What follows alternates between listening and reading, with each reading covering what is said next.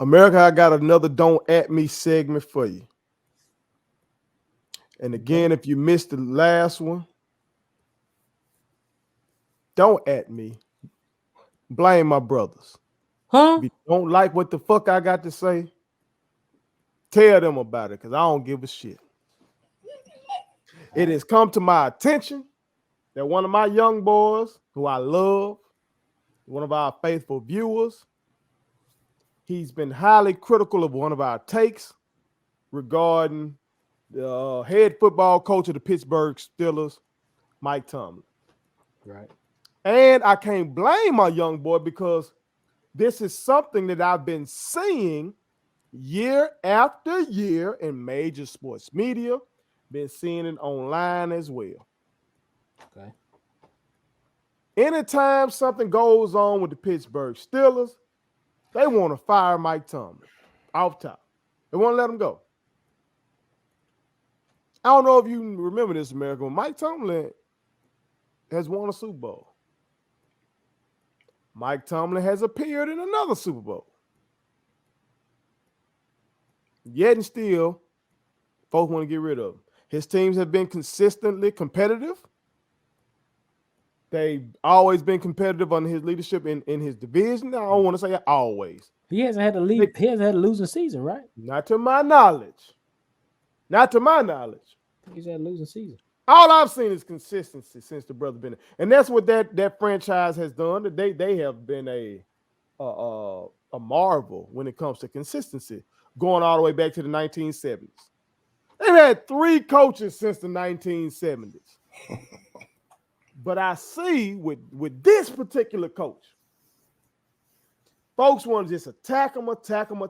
And so what I try to tell my young boy, because it's on us, America, as OGs, to school these young boys about the history when it comes to positions like the head coach.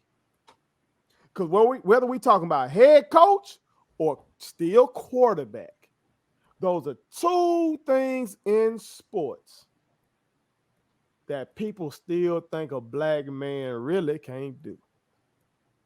Mm-hmm. Now, with the quarterback in the NFL, you're starting to see a change, but still, folks don't want to get that quarterback credit for being cerebral. You don't hear folks talking about how Lamar thinks the game or how Kyler Murray thinks the game, even how Patrick Mahomes thinks the game. They talk about the big arm talent and all that kind of stuff, but ain't nobody talking about them being thinkers. So even with that, we still see the stigma. But y'all know it's still there with the head coach position.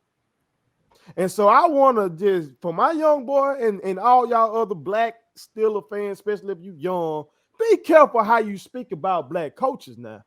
If you're going to rip them, make sure they absolutely deserve it. I ain't saying give them a pass. If they trash, they're trash. Okay? That's what we want. We want to be judged by the content of our character, right? Right. But what we're saying is make sure, before you pile on, make sure you're truly judging them. Because if you're judging Mike Tomlin, you better go look at Pete Carroll, who got 1 Super Bowl victory, 2 Super Bowl appearances, should have 2 Super Bowl victories, but got the ultimate brain fart in Super Bowl history by not giving the ball to beast mode. If you're going to judge Mike Tomlin, you better go over there and judge Harbaugh over there in Baltimore, who got 1 Super Bowl appearance, 1 win. And for my young boy was jumping on Mike Tomlin about their loss to the Raiders. The Raiders. Oh, how they running single high safety. They're so stupid. I could have sworn Harbaugh lost by running a 0 blitz against the Raiders. And Derek Carr just threw it up and boom, game time. I ain't had nobody call for Harbaugh's job after that game. I ain't had not a soul. Maybe I missed some. I ain't had nobody call for his job. But I saw social media ripping Tomlin for what he did. My young boy ripping him. Y'all gotta know it's a double standard out there. We've seen it where these black head coaches gonna be on a short leash.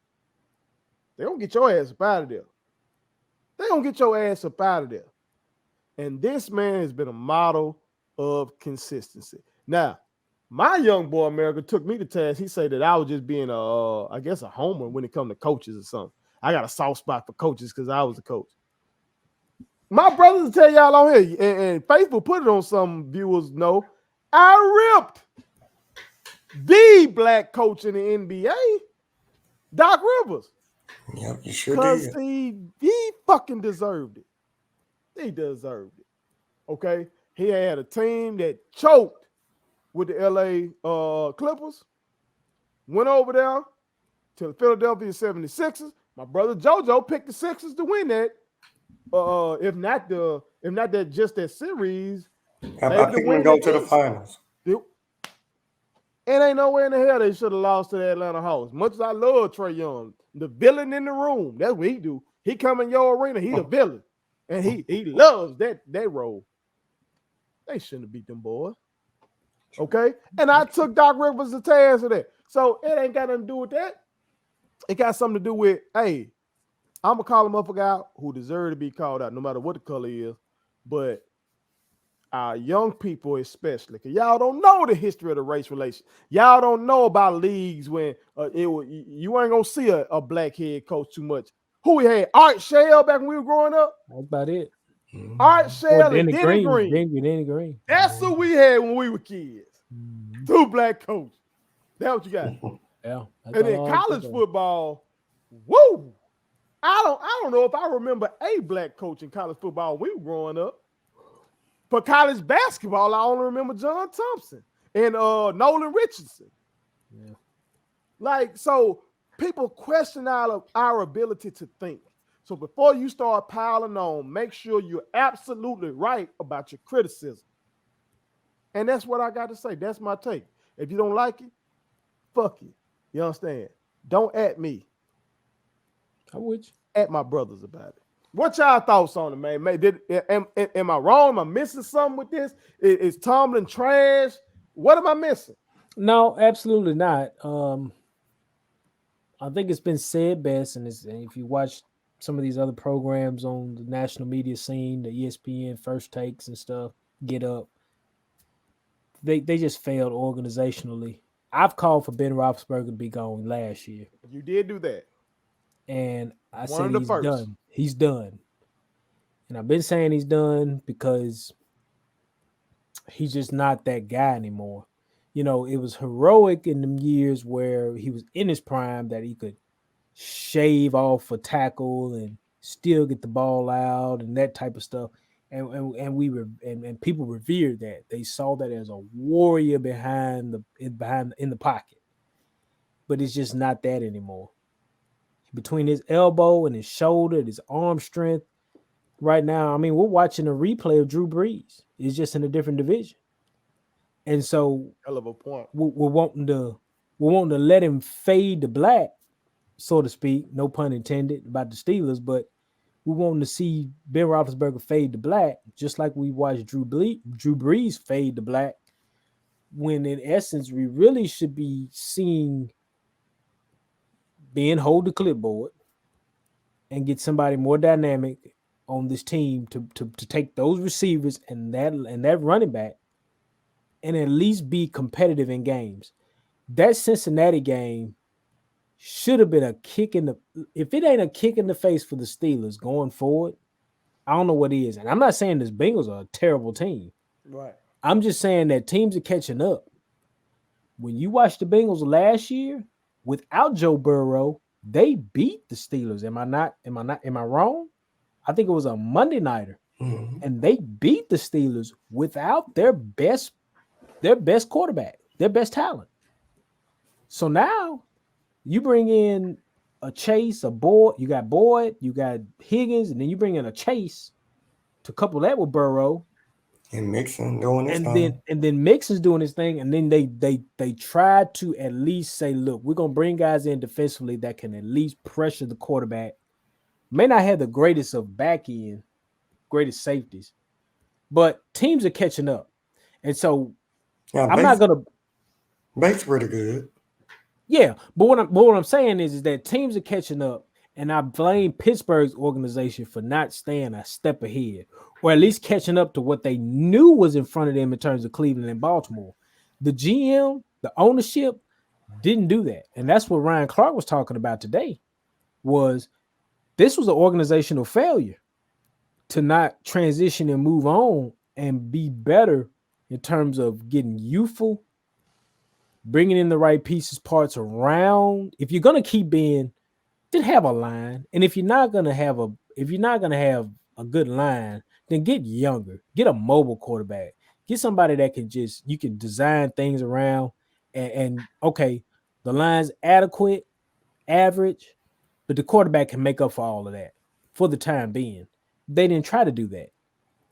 But calling for Tomlin's head is crazy to me because I could be calling for Shanahan's head. There's some people like Reed. Andy Reid is just he's a champion by recency. He's a champion of recency. Everybody on him now, but remember he choked a lot. Andy Reid has missed a lot of times. Yeah. So let's throw him in the mix. Yeah, Mike McCarthy, he's a success. He's being revered for recency. There's Cowboy fans right now that want to put a statue probably in front of the stadium because Mike McCarthy got them 3-1 or 2-1. I'm sorry. And now they like, we Super Bowl or bust. We back. We real. That's what they telling you. I keep telling my young boy, unless you're talking to me about Belichick, you just not finna give me nothing on Tomlin.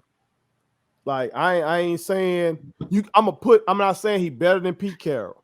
I'm not saying he's better than Harbaugh or Andy Reid. But I'm saying you better just put him right there with them boys. Like, because Belichick is here and then you got all these other cats. That's right.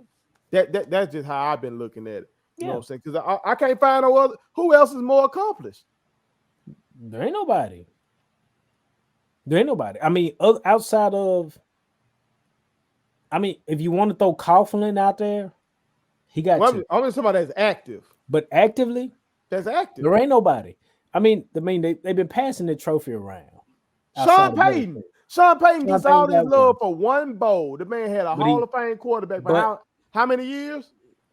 Oh, many years. 10, 15 years. One bowl, one appearance. And the thing is, the killing part is that what they like to give Sean Payton is he's a play caller. Master play caller. That's what they say about him. They don't give Tomlin that same moniker. When the Steelers are rolling, they'll say master motivator, go ahead to galvanizer. Let them know what the Steelers Hall of Famer called him. You talking about who you talking about now? Remember when he called him a cheerleader coach? Oh, you talking about Bradshaw? Terry Bradshaw. Yeah, Terry Bradshaw. And the reason I bring that up is because in my research for the QB Go project, make sure y'all check that out. I forgot about that. I found that's the kind of coach that Terry Bradshaw liked. Yeah. He did not like his own head coach, Chuck Noll, who was no nonsense, very strategic. He was a wine drinker. He was all that kind. Terry Bradshaw had beef with that kind of coach. Yeah. He wished he had the kind of coach he had in college, who was a motivator. Terry go out there and throw a pick to hit that. He liked the coach that'll tell him, don't worry about that. You gonna put his arm around the shoulder. He liked the cheerleader coach. Yeah. Yeah. And then you're gonna get up here and criticize this man who's a master motivator. You just gonna besmirch him by calling him a cheerleader coach. It's just different, man. It's something like that was part of the smoke that Mike Tomlin caught, because you had a darling of Pittsburgh saying, hey, that man really can't coach. Yeah. He can't coach. That was crazy to me, man. And that is crazy. And again, we are getting the seats at the table in terms of being head coach or GM. We've seen it. We've looking at it. How many black coaches do we have right now in the league? We got Culley. I guess they're considered David Culley's black, right? Houston Texans. He going. You got Tomlin. Rough situation. And then I can't think of anybody else. What y'all former defensive coordinator? Oh, Robert Salah. Robert Salah. Robert Salah. I guess you could say he's a man of color. That's what they would like to say. That's what they truthfully would like to say. They would say he's a man of color. Right. I mean, but okay, you got them three.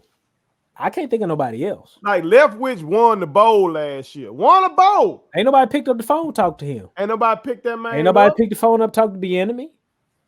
Ain't nobody. That don't happen. That ain't what usually happens. You win a bowl, you have great success. Usually, if somebody come pinch you away from the team, and both of these guys, Matt Nagy. And look, I'm gonna tell you like this here. There's two things I want to say about this topic. Pittsburgh screwed up when they didn't take Jalen Hurts. They had an ample opportunity to take him in recently. They had an opportunity to take that guy. They didn't take him. Do you remember why though, T? I'm gonna tell you what Pittsburgh GM said about Ben. He called him the daddy of the team. Well, okay, that's one thing, but here's the other thing. And we talked about this last week a little bit, but it was in a different way. Okay. Tomlin don't have no keys. Oh no. He don't pull no strings. No. Because they told me today on national sports media, the McVay-Stafford relationship was created by way of McVay picking up the phone, calling the ownership, calling Stan Kroenke of the LA Rams, the owner, and saying, I just had a conversation with Matt Stafford. He wants to be with me, and I want to be with him. The plane went up, got to 10,000 feet. You could get back on your phone. Kroenke got back on Wi-Fi calling and talked to McVay, and McVay said, he still wants to be with me. I want to be with him. And Stan Kroenke said, make it happen. Whatever you got to move, you move it. But it took McVay talking to ownership to say, this is the guy I want. McVay got the keys to do that. Why doesn't Tomlin have the keys to do that? To say, I want this guy in the draft. Make something happen for me. It's somebody quarterbacks too. Tomlin got to take Legos and make a castle out of it. That's what he got to do. All right, let's be 100 with something. Coming at both of y'all with this. Taking race out of it now. Because we saw in New England, legendary head coach Bill Belichick. Mm-hmm. All right, 6 bowls. But I think he had 5 bowls at the time he wanted to get up off of Brady, right? Yeah. Right about that time. And the one time that his owner, well, the team's owner, Bob Kraft, wouldn't let this man have free reign, which he had free reign in every other situation. Right. He gonna cut a guy too early before he had to cut him too late. That's true. He wouldn't let him do that with Tom Brady. Do you think that's the same thing that happened over there in Pittsburgh where they got 2 attached to this future Hall of Fame quarterback? Where I know we just said the Pittsburgh Steelers been pretty consistent, pretty much consistent from the 70s to now. But this is their second notable quarterback in that time span, right? You got Bradshaw in. I know we like Cordell Stewart personally. Yeah. But it would be Ben. It's gonna be Ben, right? Be Ben. The Hall of Famer. You think like Ben just so beloved in Pittsburgh that the Rooney family were like, Oh, I do believe that. We ain't moving. I think the Rooney family, much respect to them for doing the things they've done in terms of diversity and all that, and being trying to be out in front of what's going on in terms of diversity, inclusion, etc. in football. I think they just caught up too much with the whole nostalgia of Ben Roethlisberger, and I think they really are just the Steelers' name has carried for so long. Vice the wins, vice the success, that I kind of think the Rooney family kind of rest on their laurels. That we've gotten those titles, Do we got some cowboy type of stuff with like Jerry? Rest on their laurels. I think they rest on their laurels. Jerry know folks gonna show up no matter what down there with the Cowboys. And that's what you got. You got Steelers fans all the way in the South. They will. They're national brand too. I know they're national brand. I give it Dallas Cowboy, America's team. And Pittsburgh a national brand too. I mean, let's just be real. I mean, the Giants have won 2 Super Bowls, and nobody looks at the Giants like they look at the Steelers. So how the Steelers ain't won more? They won 4. No. I'm just saying in recent times, recently. I'm just talking recently. The Giants have won 2 in the 2000s. Mm-hmm. And the Steelers haven't even sniffed. They went to 2 and lost 2. They won one. They won one and they lost one. They got 2. They beat Arizona. Bill Cowher ended up getting 1, and then Tomlin got 1. Okay. Yeah. You're right. They did. Cowher got him 1. Finally got him 1. Because I'm just thinking about like college years going forward.